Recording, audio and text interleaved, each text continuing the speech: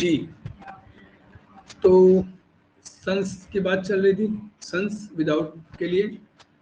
Keats की पहली poem हमारी बड़ा वर्क एंडीमियन हाइपेरियन, दो बड़े वर्क थे। इसाबेला का दूसरा नाम आ जाता है the pot of basil, Lamia और Eve of Saint Agnes. Important poems हैं। कीट्स के 6 बड़े ग्रेट ऑड रहे हैं। ग्रेट ऑड, ओडोनेग्रेशन अर्न एक नाम था, और टू नाइटिंगेल दूसरा नाम, और टू मेलनकली, मेलनकली दुख दर्द के ऊपर ओड लिखा है, और टू इंडोलेंस, इंडोलेंस आलसीपन, बिल्कुल कुछ काम करने का मन नहीं, और टू साइके, मतलब थोड़ा सा ये टाइप क्या कहते हैं, पंक्चुएशन का थोड़ा सा गड़बड़ है, ओड का वोकैबुलरी बनाना, ये सब।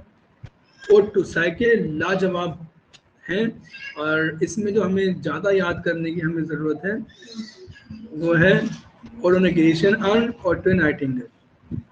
ये दो कविताएं बहुत इंपॉर्टेंट है, ode to a ode on a Grecian urn ode to a nightingale. Ode to autumn भी लिख लीजिए, ode to autumn.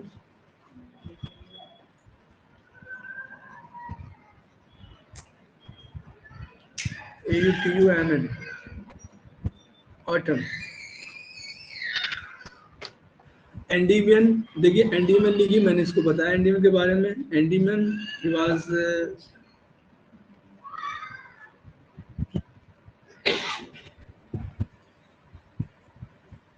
Kids first ambitious work है।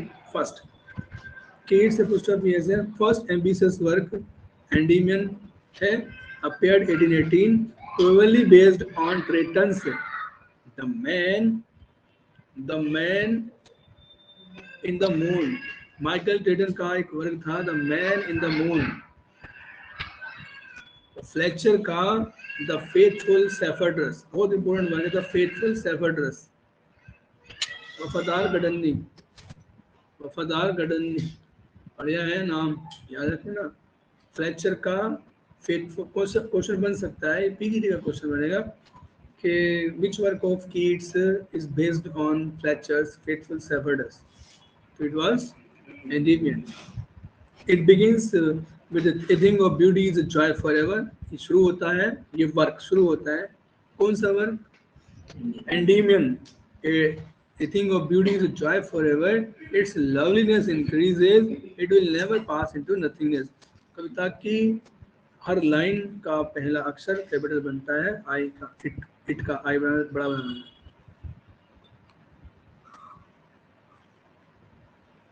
इंपॉर्टेंट बात चल रही है कीट्स के बारे में। The poem is written in rhymed couplet.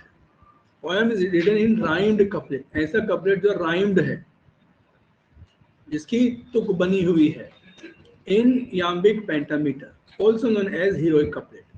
Rhymed couplet in iambic pentameter is called heroic couplet. ये हम पहले बता चुके हैं। अनराइम्ड अगर याम्बिक पेंटामीटर होता, अनराइम्ड तो फिर वो ब्लैंक वर्ड्स होती है। राइम्ड अगर होता है और वो कपलेट होता है तो heroic couplet. It is a story of Endymion the shepherd. ये एंडीमियन एक गडरे की कहानी है। Prince of mount litmus, Prince है ये PRINCE, सही कहते हैं स्पेलिंग इसकी। माउंट लेटमस जगह का नाम है, ये माउंट पहाड़ी है, लेटमस जगह वर्ड नाम है इसका। With whom Cynthia the moon goddess, जिसके साथ सिंथिया की स्पेलिंग में CYN, एक N है, Cynthia moon goddess. Originally name of this moon goddess was सीलीन।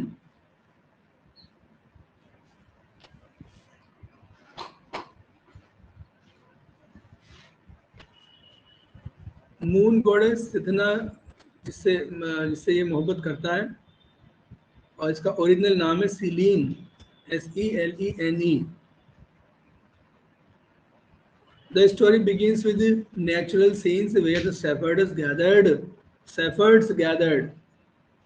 Story शुरू होती है नेचुरल सीन्स के साथ, जहां पर गडरिये इकट्ठे होते हैं at the alter of pan, alter, alter का मतलब होता है वेदी, बलि वेदी। पैन, ये गोड है, PEN पैन। सेफर्ड गोड, पैन क्या है? सेफर्ड गोड, गडरियों का देवता। उसके लिए बलि चढ़ जाए, बलि चढ़ानी है, उस जगह वो एकत्रित होते हैं। The poem is divided into 4 books. Endymion की बात कर रहे हैं हम। पोएम डिवाइड है 4 किताबों में। Each contains about 1000 line. प्रत्येक के अंदर लगभग 1000 लाइनें हैं। The poem is an allegorical poem. एक एलिगोरी है ये, प्रतीकात्मक कविता है। It represents poets search for ideal beauty, जो दर्शाती है पोएट की सर्च, पोएट की तलाश फॉर आइडियल ब्यूटी। जैसे तलाश थी अलास्टर के अंदर, शैली तलाशता है।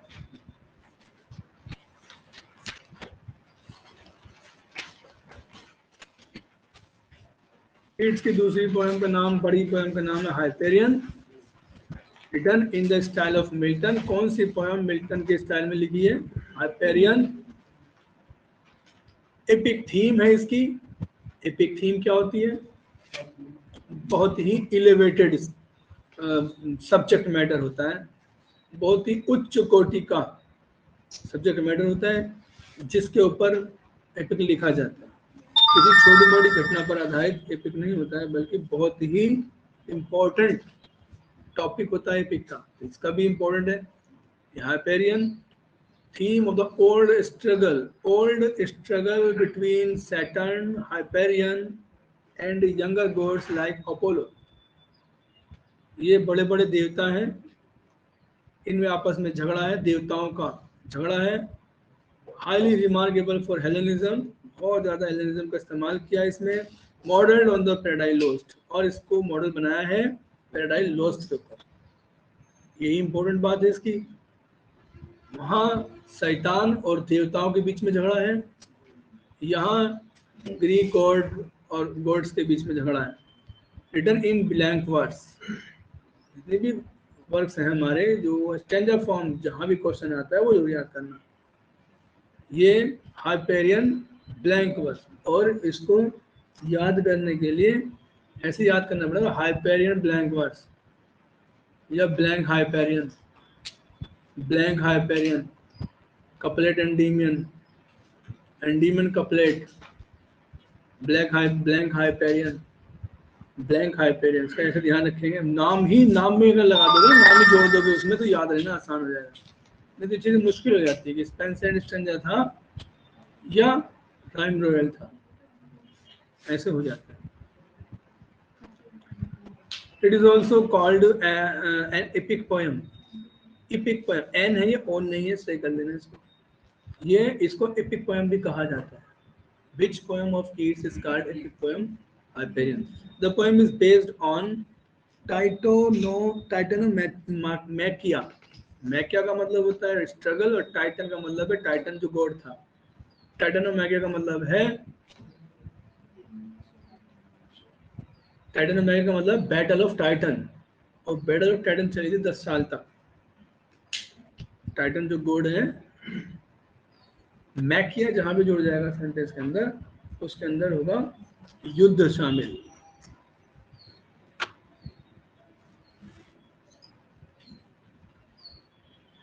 Keats later on picked up the theme again in its own style and named the fall of Hyperion a dream. बाद में कीट्स ने एक और पोएम लिखी बाद में, उसका नाम था फॉल ऑफ हाइपेरियन, और उसका सब टाइटल था ए ड्रीम। कीट्स की नेक्स्ट पोएम थी हमारी Lamia. Lamia the story of serpent woman. ये इम्पोर्टेंट बात ये है बस, लामिया क्या है? सरपेंट वुमन की कहानी है। Source of the story is Burton's anatomy of melancholy. Burton ने लिखी थी anatomy of melancholy. Anatomy of wit किसने लिखी थी? Euphues the anatomy of wit, John Lyly. Euphues the anatomy of wit, John Lyly, जिसके अंदर वो बात करते हैं यूफिज्म की। यूफिज्म क्या होता है?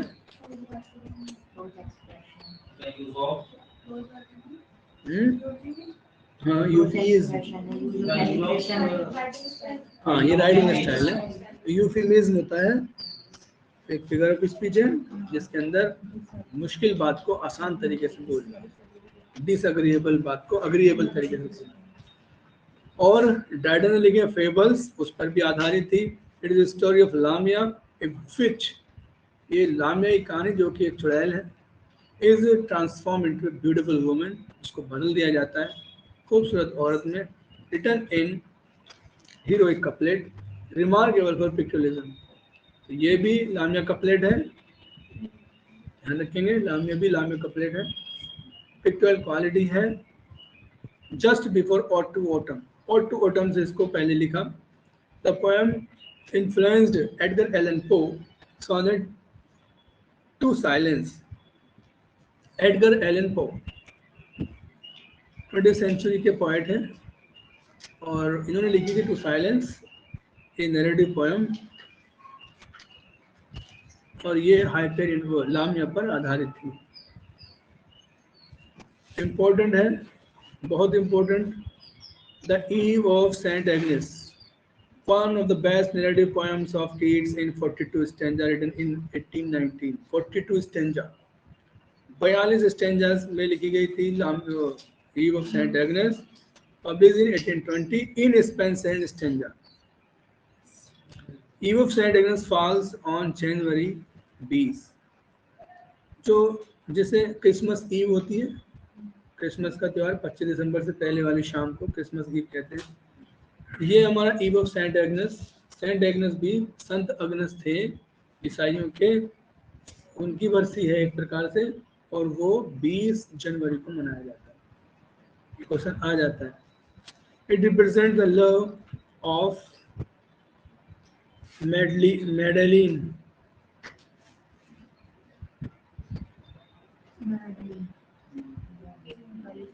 स्पेलिंग कुछ गड़बड़ है, MEDELINE, बाद वाला एल को एन कर लीजिए, मेडलिन है ये, MEDELINE, Madeline.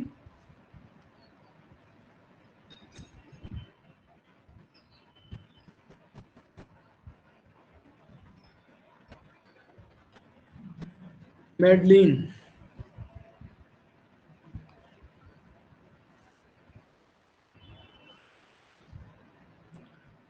Eve of Saint Agnes, बड़ी कविता 42 स्टैंजा के अंदर है। लव ऑफ कौन सी पोयम शैली की, कीट्स की? Love of Madeline for Porphyro, Porphyro से जुड़ी हुई है, से संबंधित है। Eve of Saint Agnes, Saint Agnes का दिन कब मनाया जाता है? 20 जनवरी। कीट्स कंसेप्ट ऑफ पोइट्री, याद करेंगे इसको। कीट्स की पोइट्री कंसेप्ट क्या थी? वर्ड्सवर्थ की थी हमारी poetry is a spontaneous overflow of powerful feelings, ये वर्ड्सवर्थ की थी। कीट्स की क्या थी? Keats believe that poetry should come, come है ये, कम, COME, स्पेलिंग से कर लेना। कीट्स कहते हैं poetry should come as naturally to the poet as leaves of tree. Poetry आनी चाहिए इंसान, एक पोएट के दिल में इतनी अपने आप, इतनी स्वाभाविक रूप से जितना कि पेड़ से पत्ते आते हैं। पेड़ से पत्तों को जबरदस्ती नहीं किया जा सकता, ये पत्ते नहीं लाए जा सकते, अपने आप ही आते हैं। तो poetry should come as naturally to the poet as leaves from the tree, ऐसे है ये, जैसे कि पेड़ से पत्तियां अपने आप निकलती हैं। और that if poetry comes not as naturally as the leaves to a tree, यदि पोएट्री इतनी स्वाभाविक रूप से नहीं आती है पेड़ के पत्तों से जितना कि पोएट के दिल से, जितना कि पेड़, जैसे कि पेड़ के पत्तों से निकलती है, तो it had better not come at all, बेहतर होता ये निकलती ना। यानी ये भी स्पॉन्टेनिटी पर जोर देते हैं। किड्स भी कहते हैं कि poetry is spontaneous overflow of powerful feelings. Kids भी ये कहते हैं कि पोएट्री भी पोएट के दिल से अपने आप निकलनी चाहिए, ऐसे जैसे कि पेड़ से पत्ते अपने आप निकलते हैं। अगर समझ लो एक पोएट के मन से ये अपने आप नहीं निकल रही है, ऐसे जैसे कि पत्ते निकलते पेड़ से, तो बेहतर होता कि ये ना निकलती। ठीक है ना। जबकि क्लासिकल एज की पोएट्री की अगर हम बात करें तो वो बैठ करके सुकून से समझ समझ के लिखी जाने वाली कविता थी। आर्टिफिशियलिटी देखने को मिलती थी, बहुत सारी फॉर्मेलिटीज देखने को मिलती थी, पुराने सेट रूल्स कन्वेंशंस को फॉलो करते हुए वो लिखी जाती थी। 18th सेंचुरी की जो पोप के ज़माने की पोएम थी। लेकिन रोमांटिक्स क्या थे? रोमांटिक्स स्पॉन्टेनिटी चाहते थे। सही है ना। ये लाइन आ जाएगी, ऐसे आ जाएगी, किसने कही ये बात? Poetry should come as naturally to the poet as leaves to a tree, and that if poetry comes not as naturally as the leaves to a tree, तो it had better not come at all। बेहतर होता है बिल्कुल ना निकलती। He was against the didactic note in poetry। Keats के हिसाब से पोएट को कीट्स के हिसाब से पोएट को डायडेक्टिक नहीं होना चाहिए।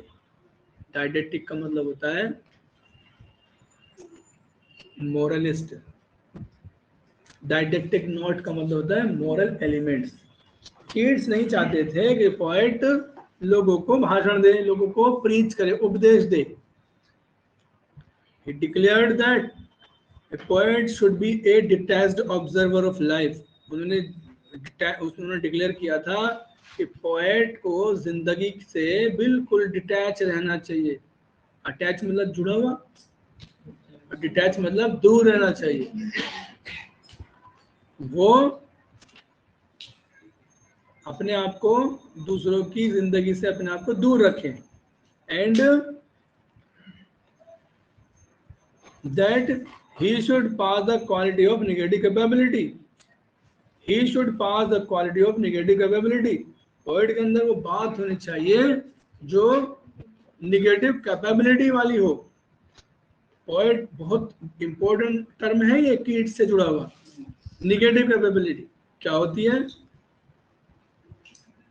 निगेटिव कैपेबिलिटी से मतलब है कि पोएट जिस बारे में बात कर रहा है वो चीज इतनी आसान और इतनी रिलेवेंट होनी चाहिए कि आदमी उसमें घुस जाए, पता ही नहीं चले कि कब वक्त निकल गया। कीट्स कहता है, देखो निगेटिव कैपेबिलिटी, कैपेबिलिटी का मतलब हम कैपेबल हैं कुछ करने के। हम यहाँ बैठे हैं, कुछ ना कुछ तो करेंगे, हम हिल भी रहे हैं, बात भी कर रहे हैं, हम कैपेबल। लेकिन हम अपनी जो ये कैपेबिलिटी है उसको हम शून्य बना लें। हम कोई फिल्म देख रहे हैं और बिल्कुल खो जाएं, पता ही नहीं हमें, तो हम बिल्कुल हमारा शरीर ट्रांसपोर्ट होके उस दुनिया में चला गया। हम गाना गा रहे हैं, गाना सुन रहे हैं, हीरोइन के साथ डांस करना शुरू कर देते हैं। हम यहाँ बैठे हुए कुर्सी पर बैठे हुए हम डांस देख रहे हैं। विकैरियसली हम महसूस करते हैं कि हम सलमान खान है और हम गाना गा रहे हैं। तो ये क्या है? आदमी अपनी आइडेंटिटी भूल जाता है। मैं क्या हूं, कौन हूं, कहाँ हूं। निगेटिविटी फील करता हूं, मैं कुछ भी नहीं हूं। मैं मतलब poet becomes one with the thing he describes. Negative capability क्या है? Poet becomes one with the thing he describes. Poet एक हो जाता है उस चीज से जिस चीज को बता रहा है। पोएट बैठा हुआ है, कुर्सी पर बैठा हुआ है, कीट्स और नाइटिंगेल का गीत सुन रहा है, और वो सुनते सुनते बिल्कुल खो जाता है उस दुनिया में, और वो दुनिया भर में घूम जाता है। लास्ट में उसे एहसास होता है कि मैं तो यहीं बैठा हूँ बीच के पेड़ के नीचे। तो ये क्या, उसने अपनी कैपेबिलिटी को निगेटिव बना। कीट्स का नाम आता है, कीट्स का ये बहुत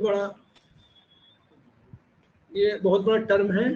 क्वेश्चन ये बनता है who is associated with negative capability. तो John Keats is associated with negative capability. और कीट्स चूंकि इससे जुड़े हुए हैं तो हर आदमी को इसी चश्मे से देखते हैं, निगेटिव कैपेबिलिटी के चश्मे से। हर राइटर को, अगर उसको लग रहा है कि हाँ ये सफल हो गया है नेगेटिव कैपेबिलिटी फील कराने के रीडर्स के लिए, तो इसका मतलब ये अच्छा राइटर है, और नहीं कराई है तो खराब है। ठीक है ना। अर्नोल्ड ने उसकी इस बात को कहा है, इस बात को नजर में रखते हुए मैथ्यू आर्नोल्ड ने कहा है he is with Shakespeare, he is with Shakespeare. वो शेक्सपियर के बिल्कुल साथ में करीब है। जो बात इसके अंदर है वो बात शेक्सपियर के अंदर है। he is with Shakespeare, Arnold ने कहा था। क्वेश्चन पूछा गया by negative capability it is meant, इसका मतलब है कि the poet becomes one with the thing that he describes. Poet एक हो जाता है उस चीज में, खो जाता है जिस चीज को वो डिस्क्राइब कर रहा है। He has no individuality of his own, उसकी अपनी कोई इंडिविजुअलिटी नहीं होती, उसका अपना कोई अस्तित्व नहीं होता। महसूस करता है उसका अपना कोई अस्तित्व नहीं होता है।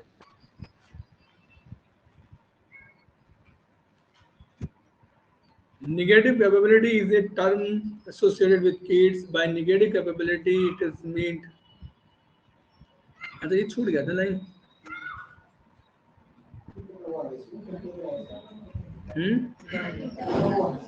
अच्छा नहीं, कटापटा कुछ नहीं है, बस ये एक लाइन थोड़ी डबल होगी, डोंट वरी। ये मैं बता चुका हूँ जो भी इसमें लिखा हुआ है। No individuality of his own, उसकी अपनी कोई इंडिविजुअलिटी, अपना कोई अस्तित्व नहीं रहता। In ode to a nightingale, ode to a nightingale में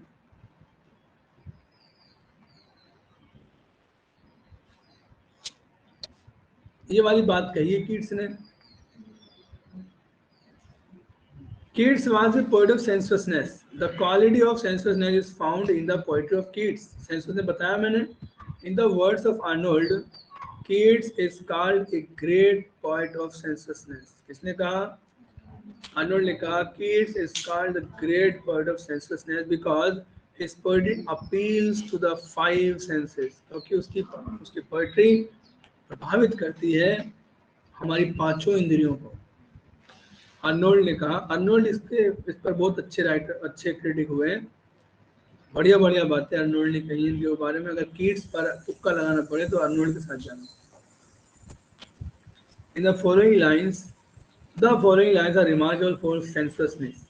ओड टू ए नाइटिंगेल में कीट्स ने कहा था, O for a beaker full of the warm south, O काश एक बीकर हो, एक प्याला हो, एक सुराही हो, full of warm, WARM,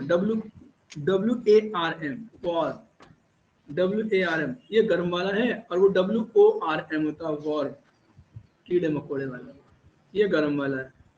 warm south, south दक्षिण की, फुल ऑफ वार्म साउथ दक्षिण की गर्म शराब हो, फुल ऑफ द ट्रू, बिल्कुल फुल भरा हुआ हो बीकर, और बिल्कुल ट्रू हो, नीट हो, नीट मतलब बिना पानी की हो, सही है ना, बिल्कुल बिना पानी की शराब हो। द ब्लशफुल हिप्पोक्रीन, ब्लशफुल एकदम खूबसूरत चमक रही हो, वो ब्लश कर रही हो, हिप्पोक्रीन की तरह से।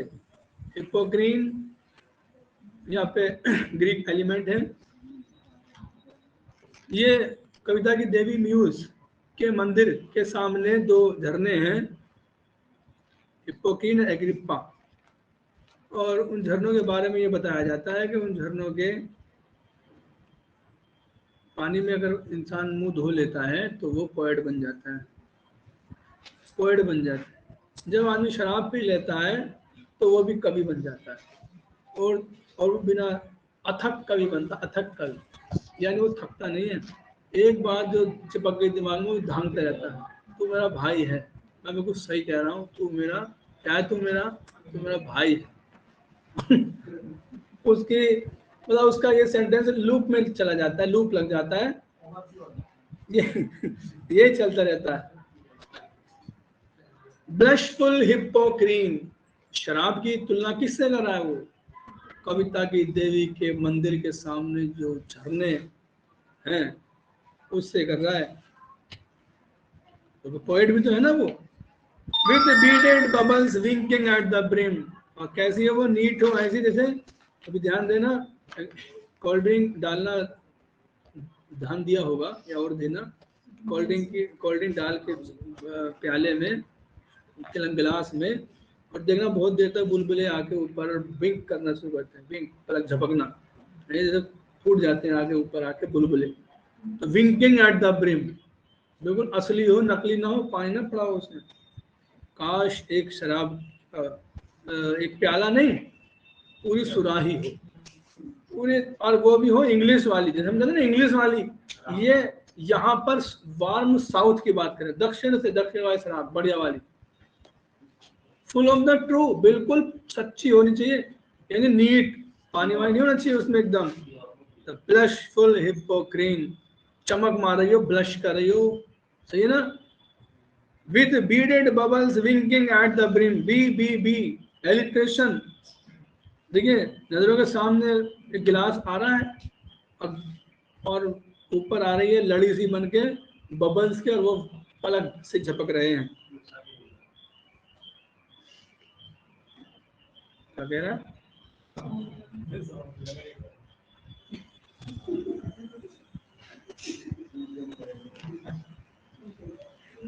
किड्स की बहुत बड़ी लाइन जो हम पढ़ने जा रहे हैं, हर्ड मेलोडीज आर स्वीट, सुनी हुई धुनें बहुत मधुर होती हैं। जो धुनें सुनी हुई होती हैं वो बहुत अच्छी लगती हैं। बट दोज अनहर्ड, अन है ये, इन नहीं है, अन कर लीजिए। बट दोज अनहर्ड, लेकिन वो जो अनहर्ड है, जो हमने सुनी नहीं, आर स्वीटर, वो ज्यादा स्वीट होती है।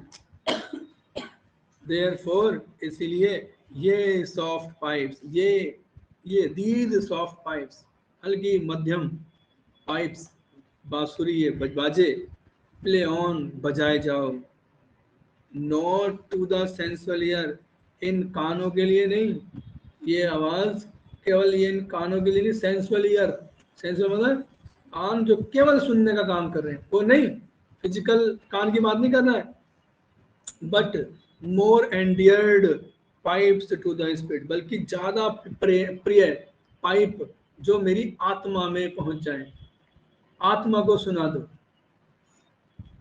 ये पाइप, ये धुने इतनी प्यारी, इतनी खूबसूरत धुने हैं, ऐसी बजाओ कि मेरे सिर्फ कानों में रस न घोलें, बल्कि मेरी आत्मा के कानों में रस घोलें। तो फिर बन जाएगा ये, heard melodies are sweet but those unheard are sweeter. किसने कहा?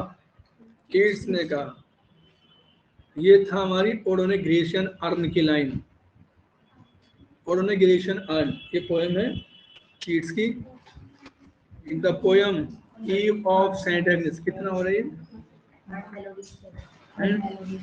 हर्ड मेलोडीज आर स्वीट, यहाँ से ये ओडोनेग्रेशियन अर्न पूरा।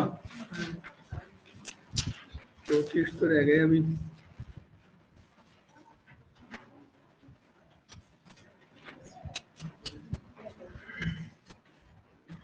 फिलहाल इसे यहीं तक रखेंगे।